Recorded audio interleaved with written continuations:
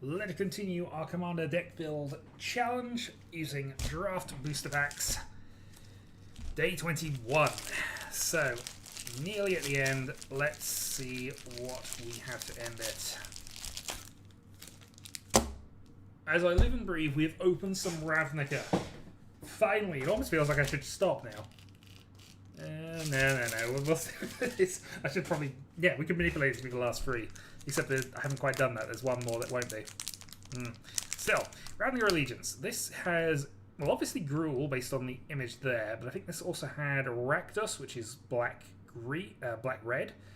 So green-red, which would be what we want. Black-red. Had Azorius, which was white and blue. Also had Orzhov, did it? White, black, and... I went to the pre-release of this, but I can't remember what the other one is. Well, we'll find out when we open it. Oh, Simic. So green-blue. So this has a lot of what we need for our... commander who haven't actually out again. Anima. Okay, anyway. Let's start off with the Rubble Slinger.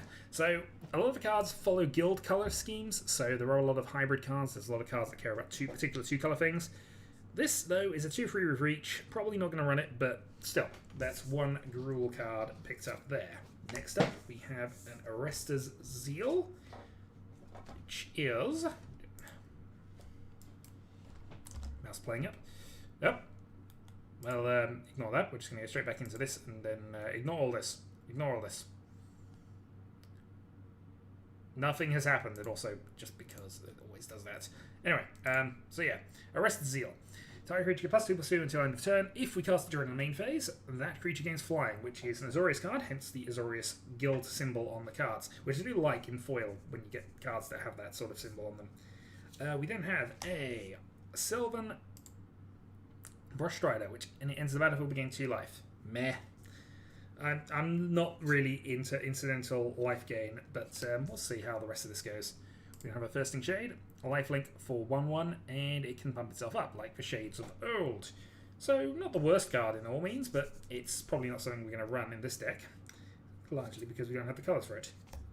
Okay, we have another card that actually might be okay. This is a Frenzied Onyx, which is a cat beast with Riot. So, when it enters the battlefield, we can either give it haste, or we can make it bigger. It also has Trample, and it can pump itself up for additional mana. This is a perfect limited card, and so far it's making it in. Next up, we have a Mana Rock, also in Gruul colours. Okay, this is helping us. So, 3 mana can tap for either green or red, and in the late game we can pay 4 of green or red in any combination, sacrifice it, and draw 2 cards. So, play extension plus a card. And it's in the colours for Anima. We also have a Wrecking Beast, which is our 6/6. And it can enter the battlefield as a 7/7 specifically. So, I think, yeah, because it enters the battlefield with it, I think it counts as 7 for Sarkhan's thing, which is the first 7 power creature we've had the opportunity of getting here.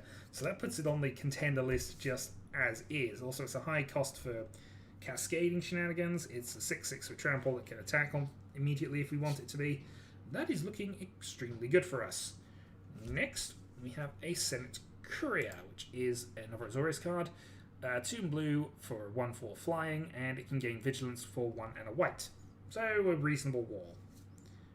Next, we have the Scuttle Gazer, which is a 4 Simic, which is a crab, turtle, crocodile, because the Simic Guild is all about merging things together and seeing what happens. It is a 6/6 with Defender, but we can pay 8 mana to adapt it free. So if it has no counters on it, we put 3 counters on it. Provided it has a counter, it can attack as though it didn't have Defender. So ultimately, we'd have to put in 6 plus 8. Yeah, 14 mana to get a 9/9 creature with no defenses on it. It's probably not going to run it, but I'm tempted. If it came in as a 9/9, then it would be fine, possibly, but who knows. Senate Griffin, which is a card I liked in Limited. When it enters the battlefield, scry 1. I've had no Rakdos cards. This is disappointing. I like Rakdos, at least in this format. Screaming Shield. Equipped creature gets +0/+3 and has 2 target player puts top 3 cards of the library into the graveyard. So a bit more on the mill plan. We're probably not going to run it because we could have built a reasonable mill deck if we'd have stuck with the theme all the way through, but I don't think that's quite what we've done up to this stage.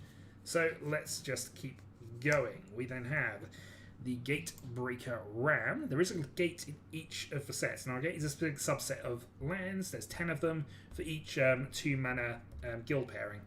We're only going to probably have one. Actually, that's a lie. We'll have one in the other Ravnica pack, and we'll certainly have one in the.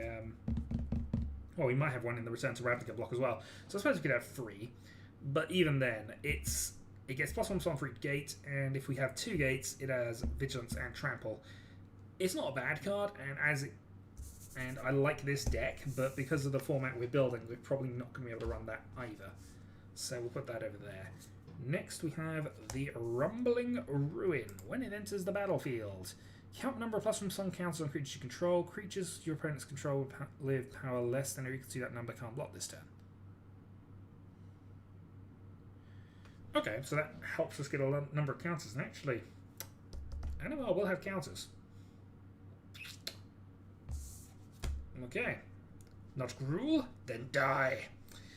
We are definitely building towards that. Oh, we got a Gruul Guildgate as well. Perfect. We have too many cards out of this booster. This was so good earlier. This is definitely a Gruul pack. We also get a Orzhov Spirit token. And finally, the Immolation Shaman as our last card in the set. The pack that isn't the Guildgate. But the Immolation Shaman, whenever an opponent activates an ability of an artifact, creature, land that isn't a mana ability, it does 1 damage to them. And we can pay 5 to power it up. And it also gains Menace, so it will attack as a 4/6 that needs 2 creatures to block it. So, I mean, incidental pinging, but that's just going to annoy people. So, I like the card, I just don't think it's good for the deck. I think we got the plan here, some form of this. Okay. Is there anything else that I could consider here? We've already said the Scuttle Gazer is kind of out for the amount of mana it's going into. Can't run those, can't run those, can't run those. Gatebreaker Ram, yeah. Okay, so these 5 cards are all you have to consider ourselves with. I think we're taking the Wrecking Beast regardless of how we go with this. And Rumbling Ruin could be really good with what we're doing. Also, it's another 6-power creature. And if we're going to have 2 high-powered creatures in our deck, I think we want to have the Gruul Locket for mana fixing. I'd love this to... If this was original Duel, or the green-black, the Gruul proper Duel land, as opposed to the Gate land, we'd probably run that instead, but we're going to hold that off. So, yeah. Not Gruul, then die. I suppose we just have to hope that when we get the... Well, if we get the other pack, it's an Is It pack, which we'll be able to use. So... Those are the picks. I will see you next time as we approach the end of this challenge here. Then we get to deck building. Day 25 we will be deck building. Day 26, hopefully, I will be playing the deck against somebody. But we shall see how that goes. Might even be playing against multiple somebodies. Until then.